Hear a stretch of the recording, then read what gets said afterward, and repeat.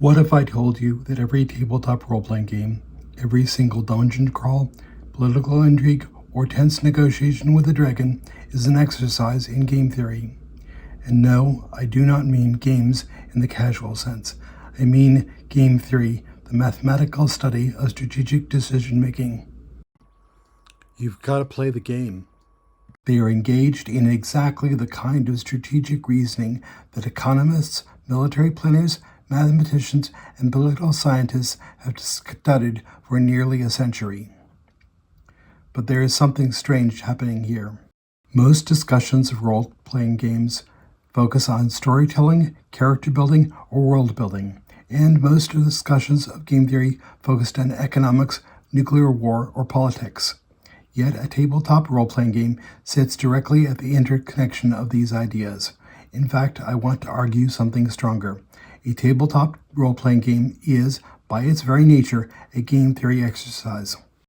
The invention of TTRPGs happened when American intelligentsia was hit by game theory in the 1970s. It was the perfect storm of academics searching for answers to large problems and a generation that was primed to question the answers. The game theory was tested by games. An understanding of this relationship explains not only how RPGs work, but why these different styles of play feel fundamentally different from one another. To understand that, we need to start in an unlikely place: mathematics. If you like this deep dive into academics and hobbies, then subscribe and hit the like button. It means a lot to me. Now, if you read the technical literature, you will immediately run into intimidating language. Von Neumann became interested in whether there existed an algorithm for mixed strategy equilibrium in two-person zero-sum games. His solution was published on the Theory of Game of Strategy in 1928. Gradually, more and more people began to understand the power of game theory.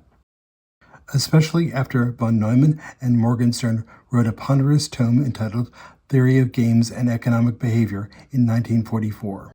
The sentence sounds like von Neumann was interested in something specific, but he phrased a sentence specifically designed to scare people away, and then reel them in with a simple explanation. So let's unpack it slowly. First, two-person. This is easy. There are two decision makers. That could be two poker players, two generals, two corporations, two rival kingdoms, or in role-playing terms, a party and an enemy force. A game is a structured set of rules where participants make choices. Everybody understands the rules and everybody can act strategically. And outcomes depend on those decisions. Chess is a game. Markets can be modeled as games. Scissor, paper, stone is what Neumann called a game. Wars can be modeled as games.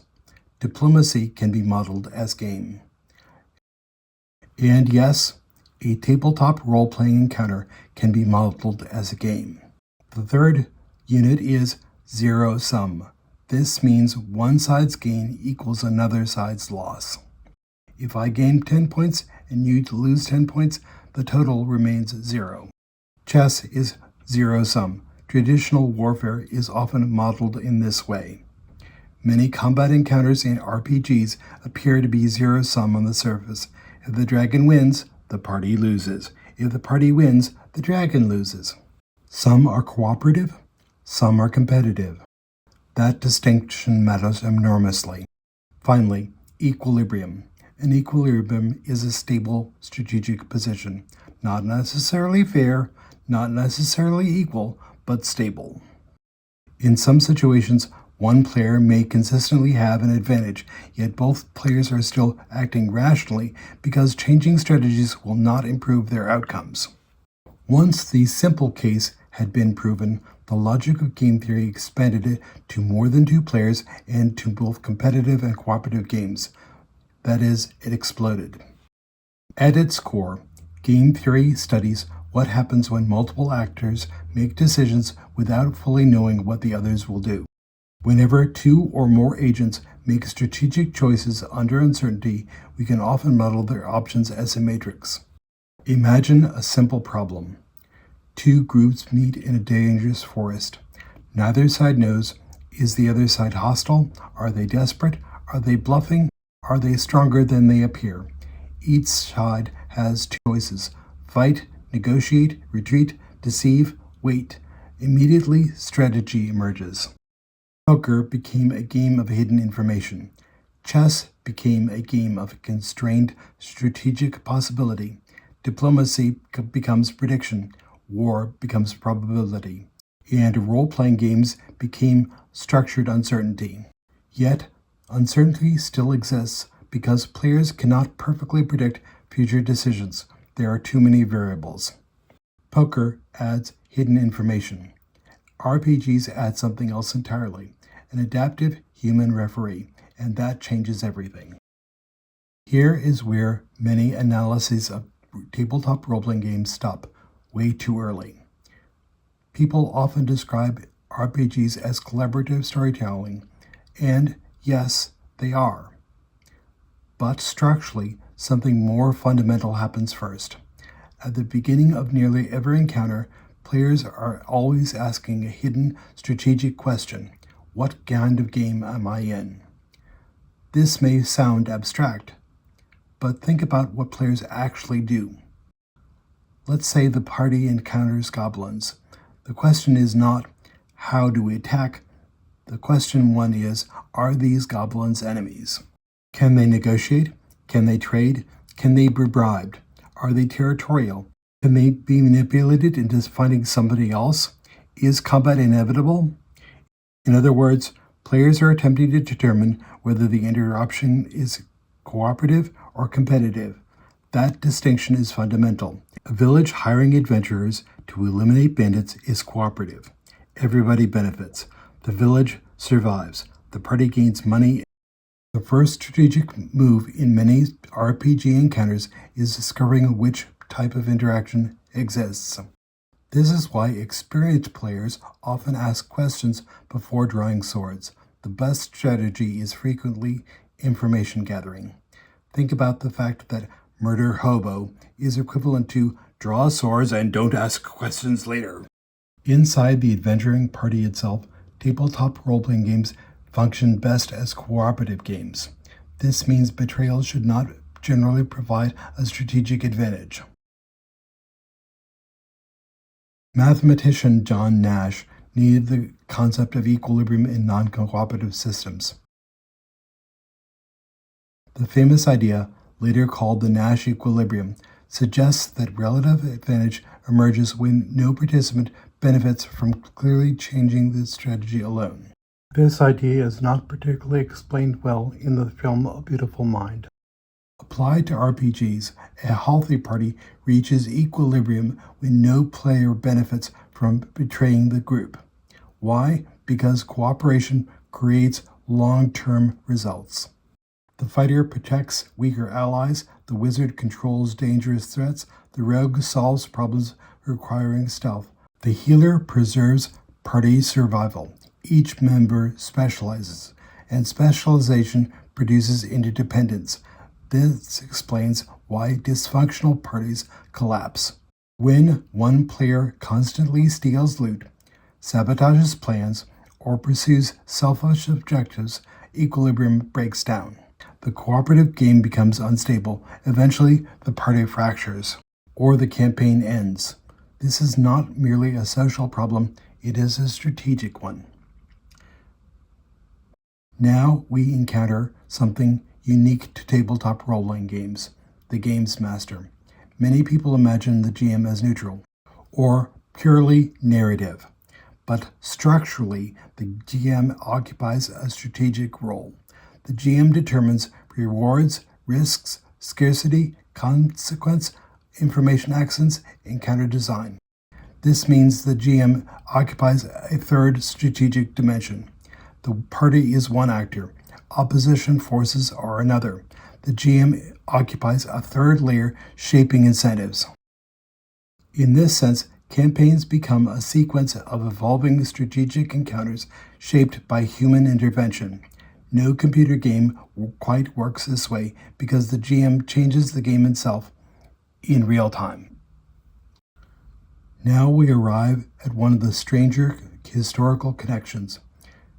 Two major ideas spread through academic culture during the Cold War: Nash equilibrium and mutually assured destruction. MAD. MAD depended on the Nash equilibrium. MAD sounds terrifying because it was. The logic of nuclear deterrence argued if both sides possess a second strike capability, the ability to retaliate after being attacked, then neither side rationally initiates war. Because everybody dies. This creates a horrifying equilibrium. Peace exists, but only because catastrophe remains possible. Now here is where this becomes relevant to RPGs. Many classical RPG settings explore worlds where stable systems have failed, and catastrophic conflict remains possible. Sometimes the smartest move is not to fight, because the cost of victory exceeds the expected reward. Old school RPG design often understood this intuitively. For example, the failure of MAD. In D&D, the magic casting system is called Vancian from Vance's book, The Dying Earth. Many videos describe this magic system, but the keys are: magic has replaced science. There is a finite amount of time before the red sun goes out. The name of the central city is an anagram for social. This, taken together, makes it so that an endpoint for D&D is the failure of MAD. It is also part of the genre of what comes afterwards. What happens when MAD does not work for social reasons? This is not the only time that Gary Gygax and other people at TSR, which is the inverse of the letters RST, used anagrams or hidden their names within maps. From the beginning, science fiction was part of Dungeons & Dragons. While the publication date of S3, Expedition to the Barrier Peaks, where the PCs explore an alien ship, was 1980, the first play at a tournament was 1976. In the module, there are cards that allow PCs to advance, which is a Nash equilibrium. In Classic Traveler, Striker Book 2, nuclear weapons are forbidden by the Imperium. That is to say, MAD works because the disinterested state enforces nuclear weapons as one of its priorities. A game system within the structure of role-playing itself is the concept of the first move of any interaction being a game. And the first play is to find out whether you are in a cooperative game or a competitive game. A competitive game requires that one side be ahead of another.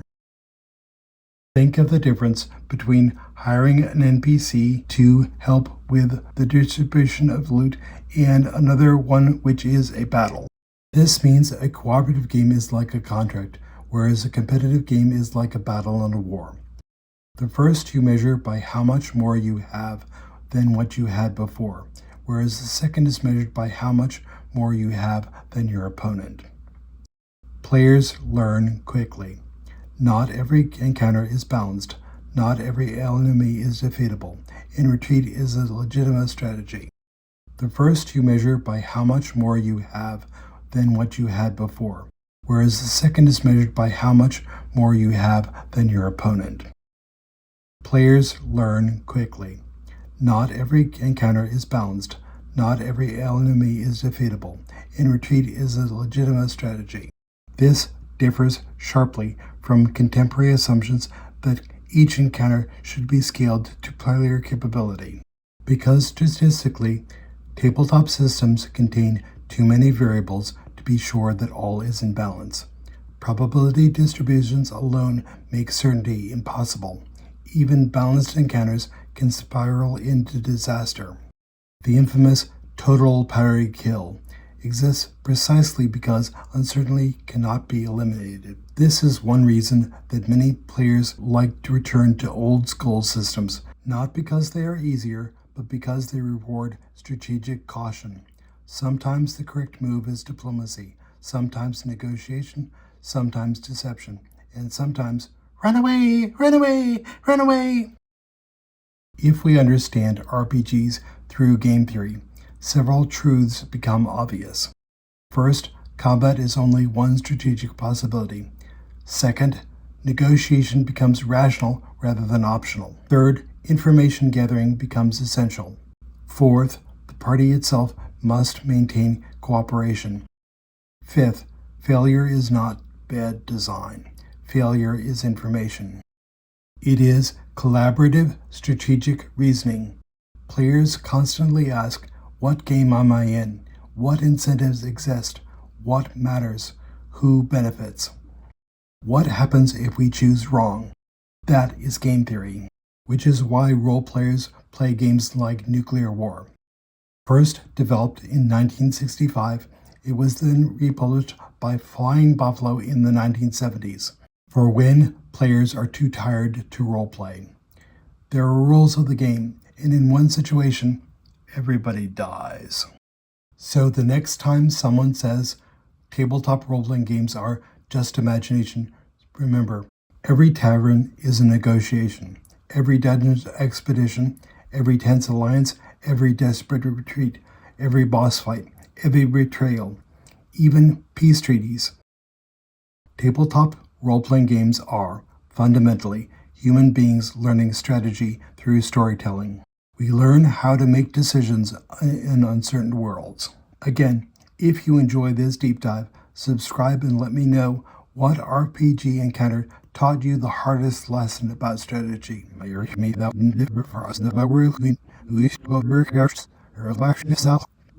Run away, run away, run away!